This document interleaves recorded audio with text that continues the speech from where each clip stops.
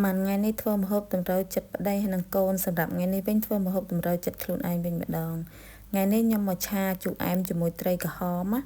ហើយបន្លែរបស់យើងមាន3មុខជាដំបូងយើងចាប់ផ្ដើមចិតម្នាស់សិនមកម្នាស់នេះខ្ញុំចិតហើយខ្ញុំហាន់ជាដុំរាងតូចល្មម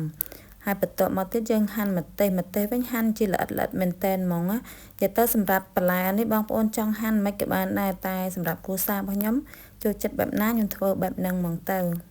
អញ្ចឹងបន្លែយើងបានហាន់រួចណាប៉ោះជាដុំតូចល្មមដែរអញ្ចឹងទៅ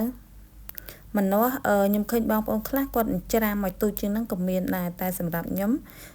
ខ្ញុំចង់ញ៉ាំជារបៀបថារៀងធំអញ្ចឹងយើងហាន់ប៉ុណ្ណឹងហ្មងទៅហើយបន្ទាប់មកទៀតត្រីយើងយកមកអង្កត់ឲ្យវាតូចមកហើយត្រីបើយើងចង់របៀបអត់អង្កត់ក៏បានដែររបៀបកាត់ជាដុំកង់ក៏ឆ្ងាញ់ដែរហើយបន្ទាប់មកទៀតខ្ញុំចាប់ផ្ដើមយកត្រីនោះមកចៀនសម្រាប់ចៀនត្រីបងប្អូនខ្លះគាត់យកទៅបំពងអញ្ចឹងណាតែខ្ញុំយកមកចៀនបដិទៅអត់សូវជាប់ខ្លាញ់ហ៎មួយថ្ងៃនេះឆារហូតអញ្ចឹងយើងឆ្នៃមិនកុំឲ្យសបោខ្លាញ់ពេកអញ្ចឹងណាឥឡូវត្រីយើងបានឆ្អិនយើងចាប់ផ្ដើមមកដាក់ខ្ទឹមសវិញម្ដងសម្រាប់ខ្ទឹមសខ្ញុំបំពងឲ្យវារៀងឈ្ងុយមកល្មមណាតែខ្ទឹមខ្ញុំយករៀងច្រើនដែរហើយយើងបន្ថែម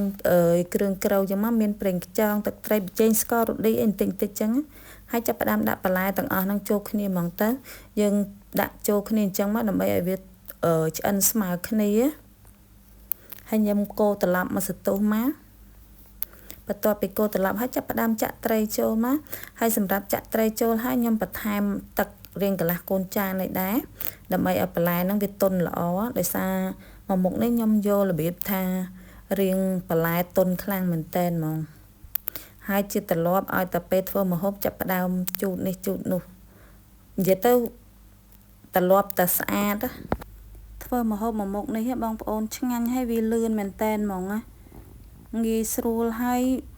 ចំណាយក៏អស់តិចដែរឥឡូវនេះខ្ញុំទុកឲ្យវាពុះហើយវារៀងអាលួយតិចសិនមកហើយភ្លក់មើលសាបប្រៃតាមបងប្អូនចូលចិត្តមករួចជាការស្រេចហើយតែសម្រាប់ផ្ទះខ្ញុំយករៀងរសជាតិរៀងដិតបន្តិចហើយដោយសារមួយមុខនេះពេលយើងយករសជាតិរៀងដិតទៅញ៉ាំមួយបាយទៅមកល្មមហើយ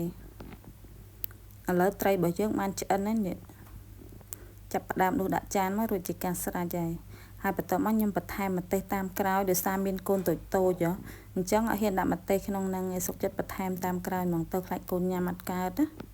អញ្ចឹងបើបងមានកូនធំចេះញ៉ាំម្ទេសដាក់ជាមួយគ្នារត់តែឆ្ងាញ់